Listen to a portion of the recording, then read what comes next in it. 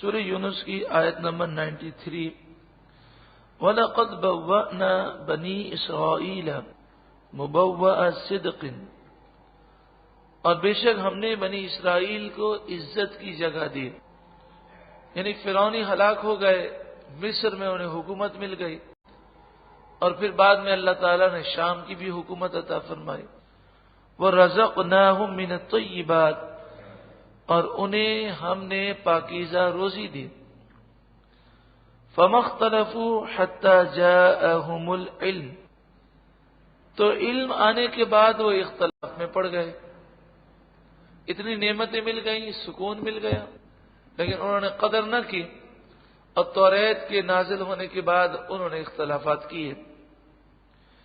ان ربک یقضی بینہم یوم القیامۃ فیما کانوا فیہ یختلفون، بے شک تمہارا رب ان کے درمیان قیامت کے دن فیصلہ فرمائے گا ان تمام باتوں میں جن باتوں میں وہ جھگڑا کرتے ہیں۔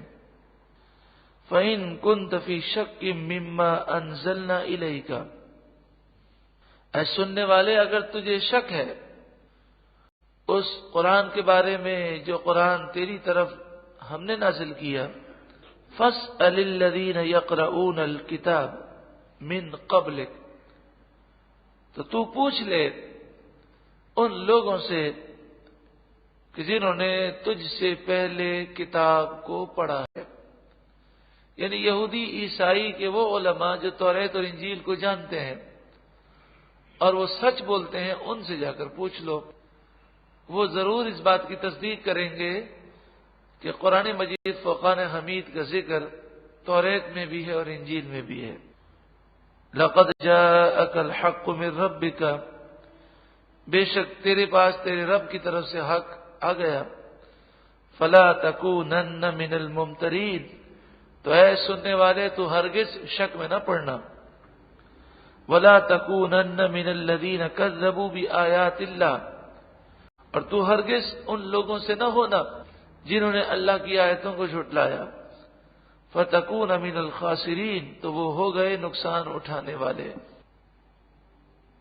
إِنَّ الَّذِينَ حَقَّتْ عَلَيْهِمْ كَلِمَةُ رَبِّكَ لَا يُؤْمِنُونَ، بے شک وہ لوگ جن پر تمہارے رب کی بات پوری ہو چکی وہ ایمان نہیں لائیں گے، یعنی جن کے دل مردہ ہیں ان پر نصیحتوں کا کوئی اثر نہیں ہوگا۔ وَلَوْ جَاءَتْهُمْ كُلُّ آیَةٍ، اگرچہ ساری نشانیاں ان کے پاس آ جائیں پھر بھی وہ ایمان نہیں لائیں گے۔ حَتَّى يَرَوُا الْعَذَابَ الْأَلِيمَ، یہاں تک کہ وہ دردناک عذاب دیکھ لیں۔ ہاں، جب دردناک عذاب دیکھیں گے اس وقت ایمان لائیں گے، اور اس وقت ایمان لانا ان کے لیے مفید نہ ہوگا۔ فَلَوْلَا كَانَتْ قَرْيَةٌ آمَنَتْ، ایسی کوئی بستی نہیں گزری کہ وہ بستی والے ایمان لائیں، فَنَفَعَ إِيمَانُهَا، اور عذاب دیکھ کر ان کا ایمان انہیں نفع دے۔ ایسا نہیں ہوتا، ایسی کوئی بستی نہیں گزری کہ وہ عذاب دیکھ کر ایمان لائے اور ان کا ایمان انہیں نفع دے۔ الا قوم یونس، ہاں قوم یونس ہے کہ عذاب کے آثار دیکھ کر وہ ایمان لائے اور اللہ نے ان کے ایمان کو قبول فرمایا۔ قوم یونس کا واقعہ اس طرح ہے کہ حضرت یونس علیہ السلام نے اپنی قوم سے کہا کہ اللہ کا عذاب آنے والا ہے، تم توبہ کرو، لیکن وہ توبہ کرنے کے لیے تیار نہ تھے۔ تو آپ نے آخر میں فرمایا کہ اب اللہ کا عذاب آ جائے گا، یہ کہہ کر آپ بستی سے تشریف لے گئے۔ انہوں نے آپس میں گفتگو کی، انہوں نے کہا کہ یونس علیہ السلام نے کبھی جھوٹ نہیں بولا، ہمیشہ آپ سچ بولتے ہیں، ہو سکتا ہے واقعی صبح عذاب آ جائے۔ تو لوگوں نے کہا کہ دیکھ لو، اگر بستی میں یونس علیہ السلام موجود نہیں ہوں گے تو سمجھ جانا کہ عذاب آنے والا ہے۔ انہوں نے بستی میں تلاش کیا تو پتہ چلا یونس علیہ السلام بستی میں نہیں ہے، تو یہ سمجھ گئے کہ اللہ کا عذاب آنے والا ہے۔ تو سب کے سب توبہ کرنے لگے اور ایمان لے آئے۔ اب ہوا یہ کہ بادل آنے لگے، وہ بادل اس رنگ کے تھے جیسے بارش کے بادل ہوتے. تو انہوں نے پھر مزید توبہ کی، جنگلوں میں نکل گئے، رونے لگے، گڑگڑانے لگے، اور بار بار وہ کہنے لگے اے اللہ ہم ایمان لائے ہیں. تو اللہ تبارک و تعالیٰ نے اس عذاب کو دور فرما دیا. یہاں پر سوال یہ ہے کہ جب کوئی قوم عذاب دیکھ لے تو اس کے بعد اس قوم کی توبہ قبول نہیں ہوتی، تو ان کی توبہ کیوں قبول کی گئی؟ تو فرمائیں کہ اللہ تبارک و تعالیٰ ہر چاہت پر قادر ہے، وہ جس کے ساتھ جو معاملہ فرمائے. بعض مفسرین نے جواب دیا کہ آثار ابھی عذاب کے شروع نہیں ہوئے تھے، کیونکہ وہ جو بادل تھا وہ بادل بارش کا بادل محسوس ہوتا تھا، لیکن اس کے باوجود انہوں نے حضرت یونس علیہ السلام کی بات کو سچا مان کر توبہ کی. تو ابھی عذاب شروع نہیں ہوا تھا. عذاب کے شروع ہونے سے پہلے انہوں نے یونس علیہ السلام کو سچا مان لیا.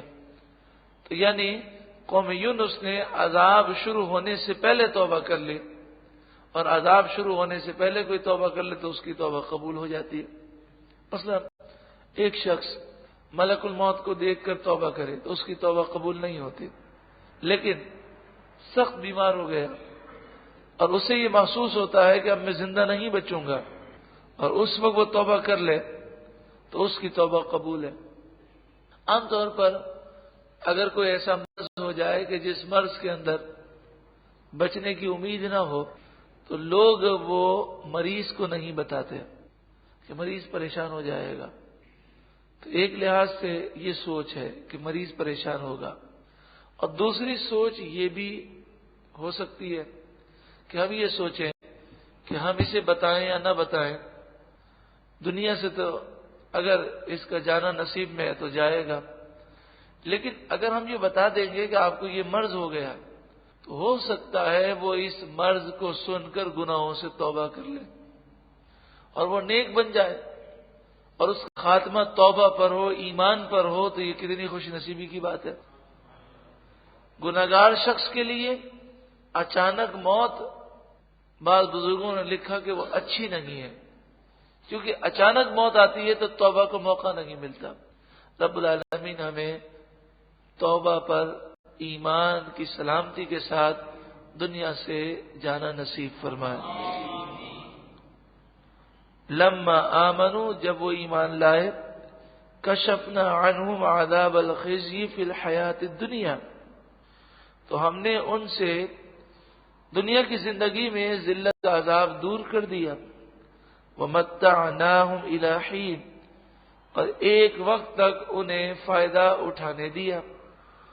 وَلَوْ شَاءَ رَبُّكَ لَآمَنَ مَنْ فِي الْأَرْضِ كُلُّهُمْ جَمِيعًا، اور اگر تمہارا رب چاہتا تو زمین میں جتنے ہیں سب کے سب ایمان لے آتے، لیکن رب العالمین نے دنیا کو دار الامتحان بنایا.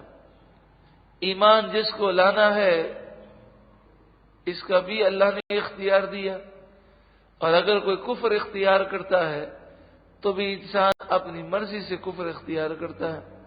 دونوں راہیں انسان کے لیے اللہ تعالیٰ نے کھول دی.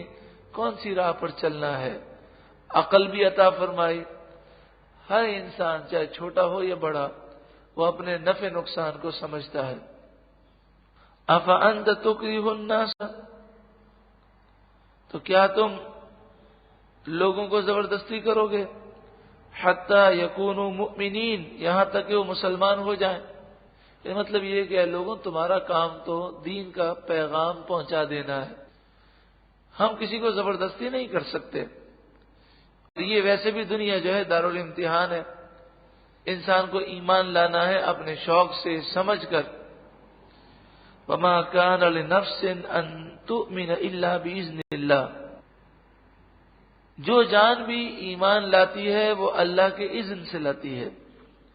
وَيَجْعَلُ الرِّجْسَ عَلَى الَّذِينَ لَا يَعْقِلُونَ، اور اللہ عذاب ان لوگوں پر ڈالتا ہے جنہیں عقل نہیں ہے. قُلْ انظُرُوا مَاذَا فِي السَّمَاوَاتِ وَالْأَرْضِ، آپ فرمائیے دیکھو آسمان و زمین میں کیا ہے. کتنی نشانیاں ہیں.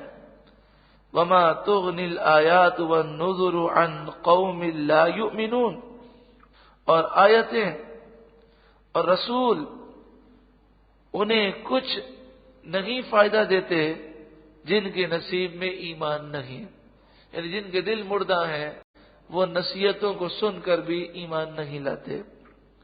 فہل ینتظرون، تو وہ کاہے کا انتظار کر رہے ہیں. الا مثل ایام الذین خلو من قبلہم، ہاں وہ انہی دنوں کا انتظار کر رہے ہیں جیسے دن ان سے پہلے لوگوں پر گزرے اور وہ عذاب الہی میں گرفتار ہوئے. قل، آپ فرمائیے، فانتظروا، تم انتظار کرو، انی معکم من المنتظرین، بے شک میں بھی تمہارے ساتھ انتظار کرنے والا ہوں. ثم ننجی رسلنا والذین آمنوا کذالک، پھر ہم اپنے رسولوں اور ایمان والوں کو نجات دیں گے اسی طرح. بات یہی ہے کہ جو اللہ والے ہیں انہیں نجات ملتی ہے. حقا علینا ننجی المؤمنین، مسلمانوں کو نجات دینا ہمارے ذمہ کرم پر ہے. ہمارے ایک دوست ہیں، اللہ انہیں جزائے خیر عطا فرمائے، ان میں ایک خاص وصف ہے، وہ وصف بہت کم لوگوں میں ہم نے دیکھا. وہ اللہ تعالیٰ کا شکر بہت ادا کرتے ہیں، بہت شکر ادا کرتے ہیں. اور وہ اکثر کہتے ہیں کہ شکر ادا کرنے میں بڑی راحتیں ہیں. اور شکر ادا کرنے کے لیے جیسا کہ آپ جانتے ہیں یہ ضروری ہے کہ انسان یہ تصور کرے کہ مجھ پر اللہ کا بہت کرم ہے، اور اس کے لیے اس میں طریقہ کار یہ ہے کہ اپنے سے اعلیٰ کو نہ دیکھے دنیا میں، اپنے سے جو ادنا ہیں، بھوکے ہیں، پیاسے ہیں، مکانات نہیں ہیں، کتنے پریشان لوگ ہیں، بیمار ہیں، ان کو بار بار دیکھے. تو ان سے کسی نے کہا کہ یہ بتائیے کہ شکر کیسے پیدا ہو. انہوں نے کہا کہ دیکھو، اس وقت دنیا میں بمشکل 15% یا 10% مسلمان ہیں، یعنی 15% 10% یہ دعویٰ کرتے ہیں کہ ہم مسلمان ہیں. ان میں سے صحیح العقیدہ مسلمانوں کی تعداد آپ جانتے ہیں کتنی ہے. تو کہا کہ اگر ہم اسی نعمت کو تصور میں لے آئیں کہ اربوں کافر ہیں دنیا میں، کروڑوں بدعقیدہ بد مذہب ہیں، اللہ نے ہمیں مسلمان کیا اور صحیح العقیدہ بنایا. یہ اتنی بڑی نعمت ہے کہ فرمایا کہ اگر یہ نعمت اگر اسی کو تصور میں لائیں تو کبھی ناشکری پیدا نہیں ہو سکتی. کتنا کرم کیا اللہ تعالیٰ. الحمدللہ رب العالمین. اللہ ہمیں شکر کرنے کی توفیق عطا فرمائے.